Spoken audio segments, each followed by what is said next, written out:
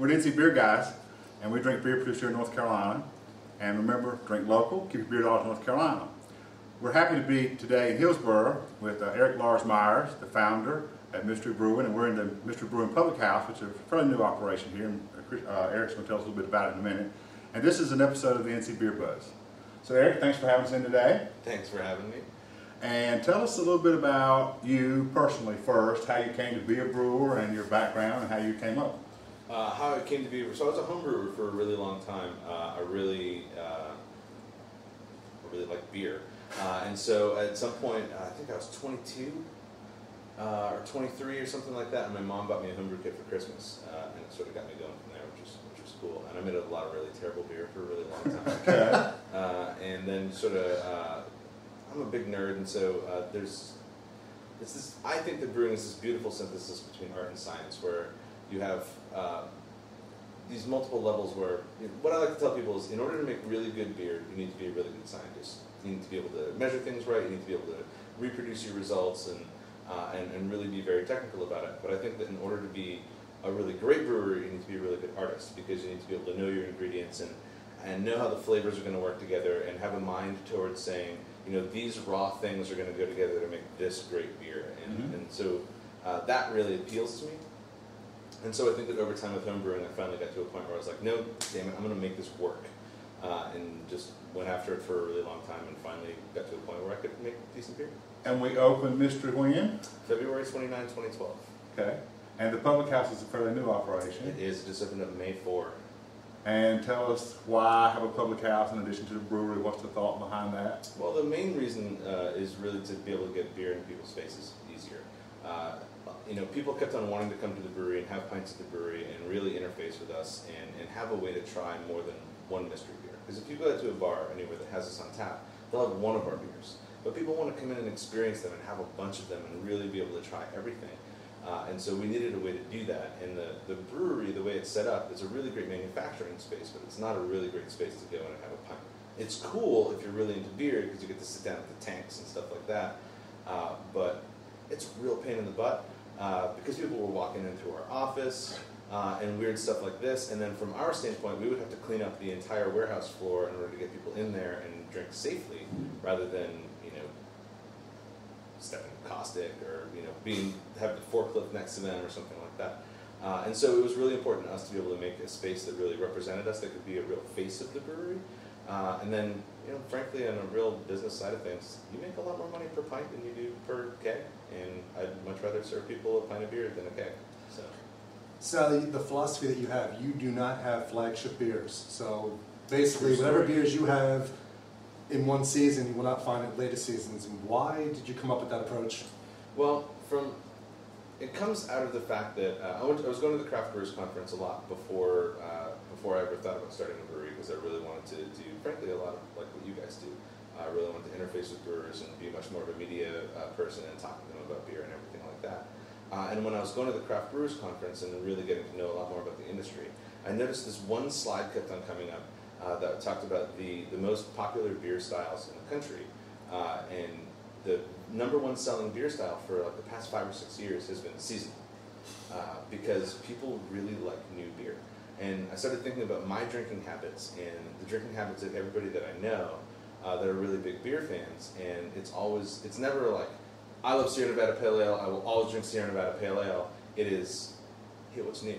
What's cool and what's exciting, and what's coming out around the corner, and oh man, that pumpkin beer's coming, awesome. Or Box, I love Box, I'm so glad it's May because there are so many Box around. And I started thinking, well, hell, why make a year-round beer? We're in a really crowded market in North Carolina that is blowing up and doing this really fantastic stuff.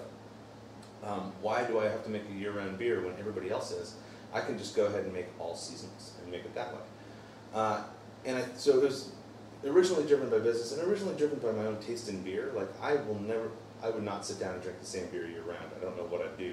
I can't remember the last time I drank the same beer twice in a row. I move around a lot, and so I think being able to move my brand around with my tastes really helps. The problem with the all-seasonal thing is that it makes us sound like we kind of are just flying by the seat of our pants and just making new stuff all the time, and we're not. We have a schedule that we brew in, like all the stuff that we have in the spring lineup is exactly the same stuff that we'll brew next spring and the spring after that and the spring after that. And then we brew in this schedule so that we always have a session beer, always have a stout, always have a saison, always have a hop forward beer.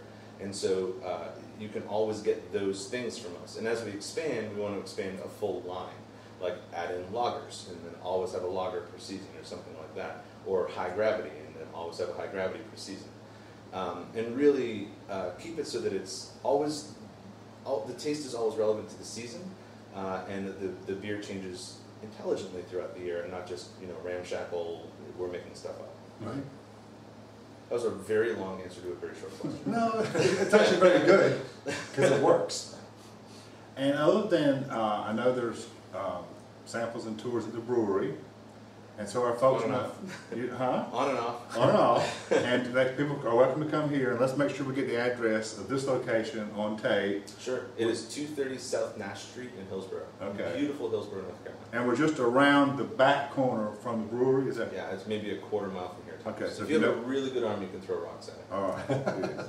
Otherwise, how is the distribution outside of Hillsborough? Where are people going to find Mystery Brew? We are currently distributed statewide, and so you can find us all over the state. We're spread a little thin right now in some places, and so growlers aren't available as many places as you might expect. If you go into every bottle shop in the state, you won't find us.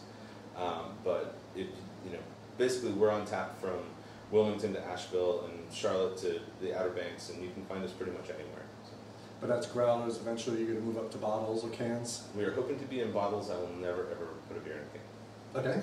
Not Well, you got to explain that. Since you said it, you got to explain that. You always hear the pro when going to other breweries that say cans, there's not going to be any light problems with it, regardless of the color of the glass. And it does seem to be the wave a little bit, cans. It's So more eco-friendly. why are you being the rebel? Because that's what I do. Because I'm the North Carolina brewing curmudgeon. So I'm not a big fan of cans because mainly I don't think that the industry is really there yet. The technology I don't think is there yet for small breweries to get into cans well. Okay. I think big canning operations are really great, and for instance, I've never had a bad beer from Oscar Blues. It's often that I get canned beers from smaller breweries that exhibit a lot of flaws because I don't think that the canning technology is good enough for a small brewery yet. You can actually put the beer into the can and keep it sanitized on the way in. It's good technology, but it's not great yet. There's not a really good way to keep oxygen out of the cans before you can and stuff like that. And so I think that the technology isn't quite there yet. I'm also not a big fan of just the way cans look. Every once in a while I run across one where I'm like, okay, that one's really cool. For whatever reason, the stovepipes from Oscar Blues I think are really, really cool. But for the most part, I am not a big fan of just the presentation of the can. And since I see my brand as so much of I want to replace wine at the dinner table and stuff like that, and I can't ever see anybody walking into a fancy restaurant and saying, sir, do you want the saison with your dinner? Yeah. I just can't see it happening. I would almost rather be in cork and cage, which is super inefficient and not nearly as good for beer as cans are. But from a presentation standpoint, I would so much rather be in that package than in a can, just because of the way it looks, which is maybe a little snotty. At the same time, people shop with their eyes, and so I think a lot of times if you want to reach this level of saying, no, look, I'm a really beautiful, high-class product, you have to be a little bit more inefficient. I mean, it's the basis of the craft industry is being inefficient for flavor, right? So, I'm just not a big fan of cans yet. There's nobody's ever convinced me, and I've had a lot of really bad cans. They're really good conductors of heat. Yeah.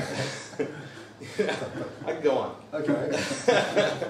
I have a long rant about cans, I'm sure, somewhere in me, but I have a long rant about most things in me somewhere. We couldn't come talk to Erik without mentioning his book. Erik is the author of North Carolina Craft Beer and Breweries, and it's came out, I guess, last year? April of last year, yeah. April of last year. A little bit after the brewery opened, and it's now almost 100% out of date. So basically, how do you feel about the growth that's coming in North Carolina? I mean, even now, like one brewery from Atwater is looking at Wilmington, and all these other smaller home brewers that decide we're going to brew. How do you feel about that whole growth?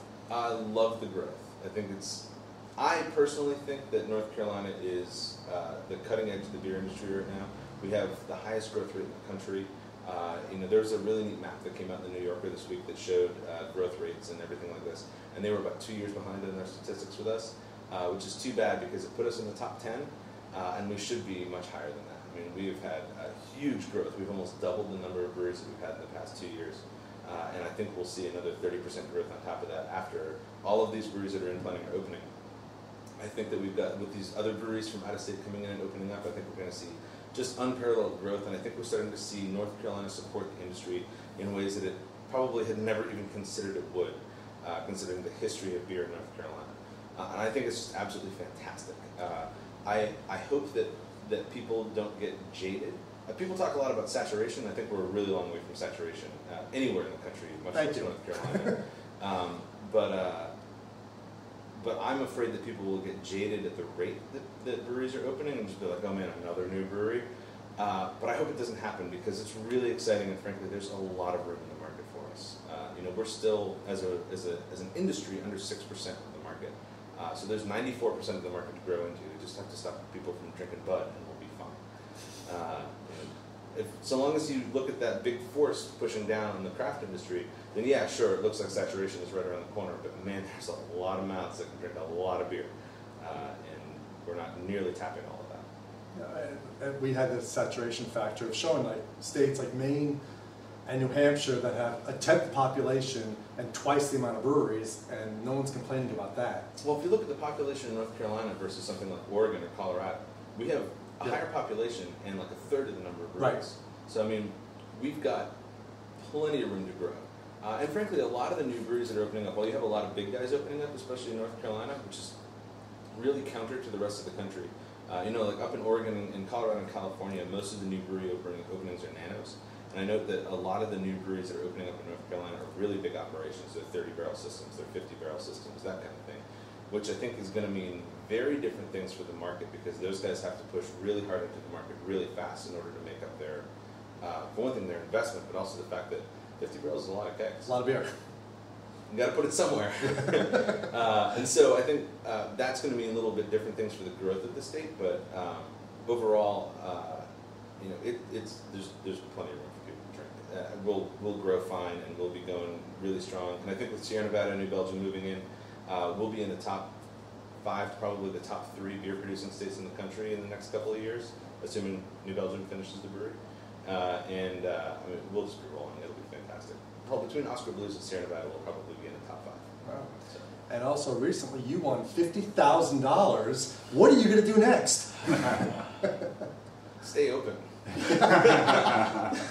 Was that a good experience, crowd rules? It was fun. It was a good time. We went up and it was a really interesting process being on sort of reality television, sort of a game show. And it was a really interesting experience, and it was a lot of fun to have them in the brewery and frankly see behind the scenes on television and stuff like that.